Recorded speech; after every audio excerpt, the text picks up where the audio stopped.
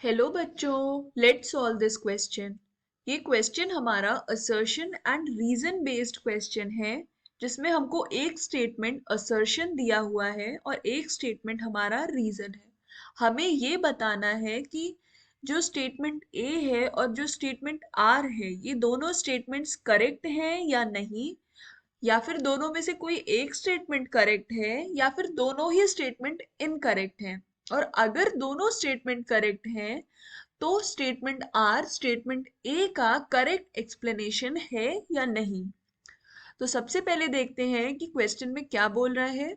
तो असर्शन में बोला है all enzymes are proteins but all proteins are not enzymes. Statement R में बोला है enzymes are biological catalyst having active sites। Okay, तो सबसे पहले हम देखते हैं क्वेश्चन का की पॉइंट क्या है।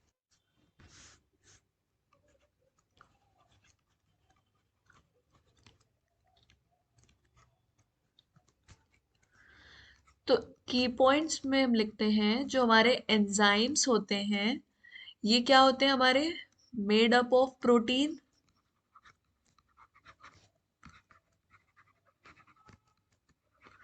ठीक, एंड ये क्या करते हैं, lowers the activation energy,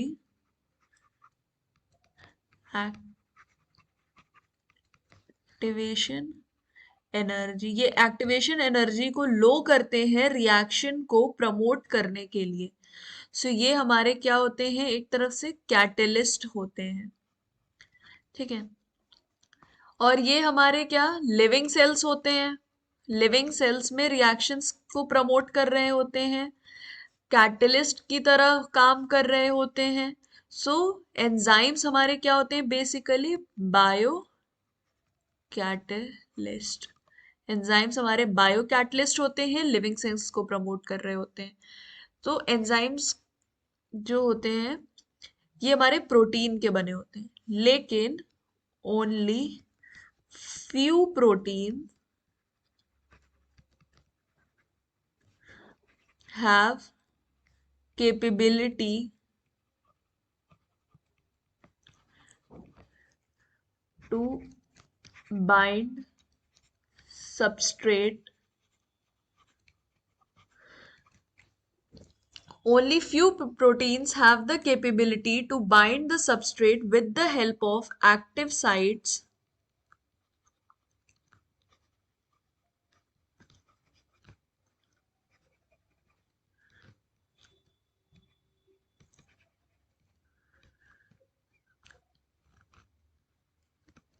in such manner to allow reaction in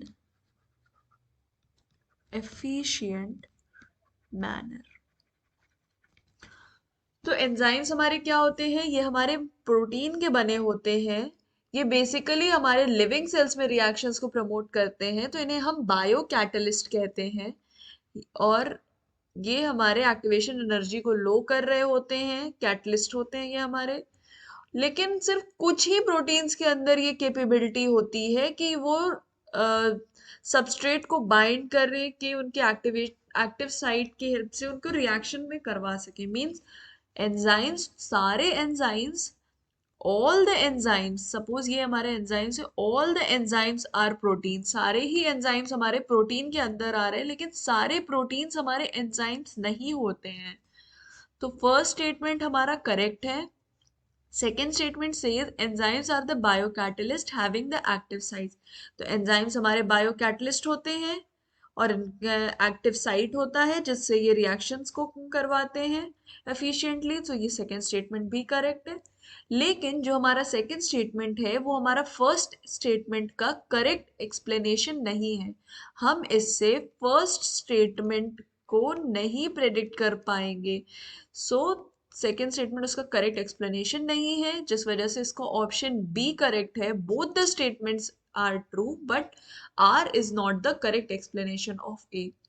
I hope आपको ये सॉल्यूशन समझ में आया हो All the best for your examinations. Thank you.